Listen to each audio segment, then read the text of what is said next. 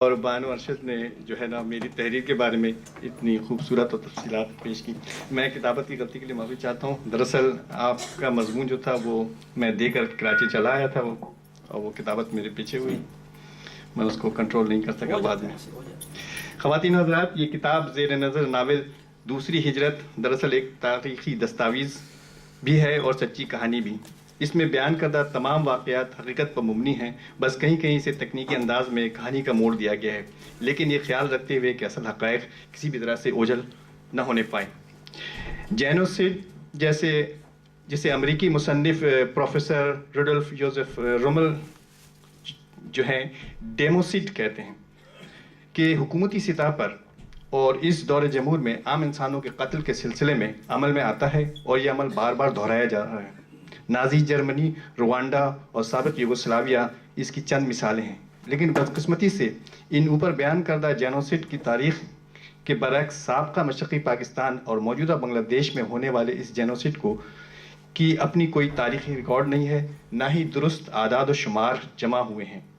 اور اس سے بھی بری بات یہ ہے کہ وہ واقعات جو 3 مارچ 1971 سے لے کر 23 مارچ 1971 کے دوران وقوع پذیر ہوئے، ان کا ذکر تک بھی نہیں ہے.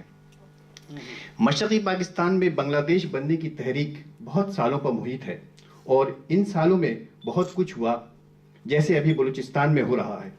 سن 1970 کے انتخابات کے بعد سے مشرقی پاکستان کے حالات وہاں اردو بولنے والے افراد بہاریوں کے لیے قطعی غیر معمولی رہی. ان کی جان و مال اور عزت آبرو کا کوئی بھی رکھوالا نہ تھا، اور بنگلہ دیش بنانے کی اصلاح بردار تنظیم مکتی باہنی ان کے خون سے ہولی کھیلتی رہی. بنگلہ دیش کے خونی انقلاب میں یقیناً بے شمار بنگالی افراد، انٹلیکچوئلز اور عام آدمی کی جانیں تلف ہوئیں.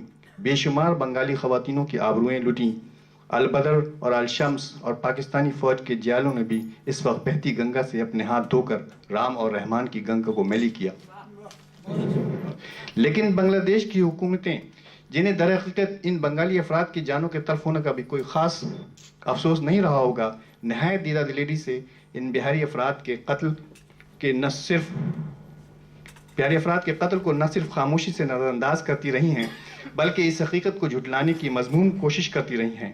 اس کی وجہ صرف اور صرف یہ ہے کہ مکتی باہنی کے مضمون کردار کو ایک انقلابی اور تحریک آزادی کا لبادہ پہنایا جا سکے. یہ کتاب دراصل اسی لیے لکھی گئی ہے کہ اس بزدلانہ جھوٹ کو برسر عام لایا جائے. یقیناً اس انقلاب میں جتنی بھی جانیں ضائع ہوئیں، سب کے سب باعث افسوس، شرم اور ذلت ہیں.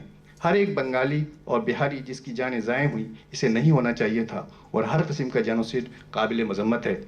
یہ کتاب اردو میں ہے، اور اس میں اردو بولنے والوں کی جینوسائڈ کی داستان رقم ہے، لیکن اس کا مطلب یہ ہرگز نہیں کہ بنگالی بولنے والے افراد کے قتل کو اس میں کسی بھی طرح سے نظر انداز کیا گیا ہے.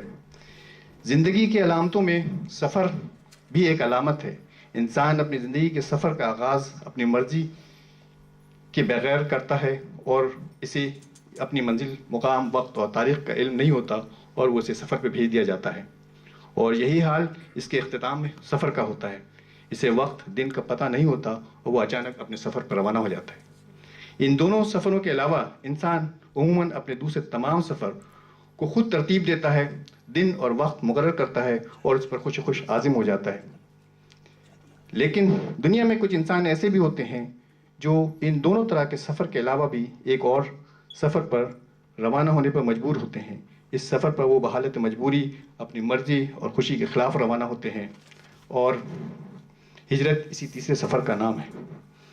معاشی ہجرت کے اس دور میں آج کے بیشتر انسان ہجرت سے تو آشنا ہیں، لیکن یہ آشنائی اس حقیقی ہجرت کے قطعی برعکس ہے.